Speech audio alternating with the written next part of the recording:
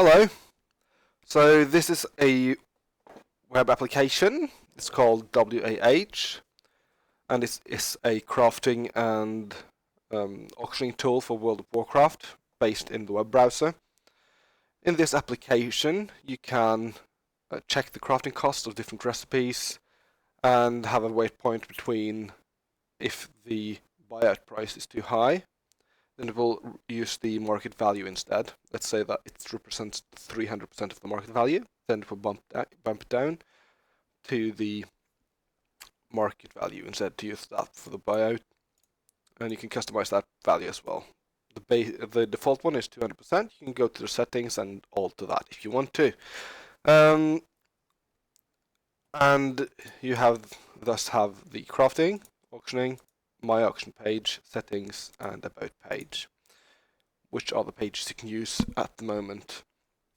More features will probably be implemented in the future. So for the crafting page, you can use filters. Some of these require you to have a TSM or API key installed or installed in the application. If you have a TSM API key added, you can then use the minimum demand, minimum sold options, and you will also be able to see the region, market price, sales, average price, and average status sold, posted, and demand. And you will also be able to see the market value here for an item if it doesn't exist on the auction house. And in addition to that, you can filter by the name of the item and filter by the profit percent and the profession of the item. You can also, if you want to, use for recipes that have regions that can be crafted, you can alternatively make the application use that for the calculation instead of buying everything from the auction house. And by default, or not by default, if I remember correctly, the default one is the choose manually option, which doesn't apply any of those automatically. But I prefer to use the one only if it's cheaper, which will then apply the piggy bank icon as green. For all of the items, it is cheaper to craft rather than buy from the auction house. And you can obviously filter by name. All of these filters are persistent from swapping from page to page.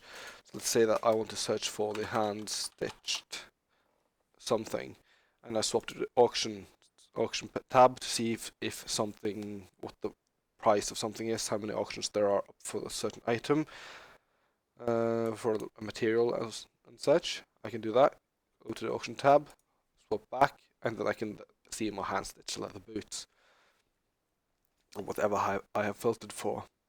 And on the right-hand side here, you can see a shopping cart, which you can add items to by clicking on this icon, the shopping basket one. And it will then give you an estimate of how much profit you will make by creating those items that you have specified. It will take into account that you use the green piggy bank if you use the green piggy bank icon. If not, it will just assume that you're buying everything from the auction house. So yeah. If you want to remove something individually from the list, you can just click it like this. Alternatively, you can just empty everything and the shopping cart is gone. The shopping cart is also persistent from you reloading the page, closing it, opening it. It's persistent, so you don't have to give any thought to that. And then we have the auction page, or part of the website. Search, filter, and some of these filters are, again, only available if you use TSM. These includes the only items below vendor sale price, market value one, and demand one. The rest are available without a key. The data for the posted, demand, and these two additional data points are also only available if you use the API key from TSM. And the auction data is fetched from Blizzard's API, their own API. There's no data sent between the client and the server other than realm and region. And if you use the TSM API key, we ask the application fetches the data from TSM directly. All of the data, as mentioned, are stored on the computer. Nothing is sent to a server to be stored. So if you want to see what's stored for your account or for your settings, if you want to see your settings without going to the settings one, just to see everything that's stored, you can click in Chrome. You click Command-Shift-C to see everything, and you can see the index DB. That's where the trade skill master data is stored. If you have the supplied key, you can see the pets that are available. You can see the auctions, items. And in addition, if you want to see the settings that is stored for you, go to storage, local storage, and this one. I'm not going to go in there since you can see my API key if I do that. But yeah. And in addition, if you want to verify that something isn't sent to the server that shouldn't be sent to the server, you can go to the network tab, reload the page, see everything that's loaded. Make sure that this one's lighting up red, which means that it's recording the traffic. So that's for the developer options. Sorry about that. So yeah, if you want to, as mentioned, you can see the items that all are below the vendor sale price. I can see that rule cloth on my realm is below. I can also see that it's below by 50%. It's 50% of the vendor sale price. Same thing goes for all of those. And I can, let's say I want to see Dreamleaf. I can then see, as you previously could see as well, that there are 820 items on the auction house for this one. Dreamleaf seeds, 6 pieces of loot. And if you click on the name, the title, it will then open this window, and you can then see all of the items that are available on the auction house for that item. All of the auctions for that item. And if you click here, you will then be sent to Blizzard's website,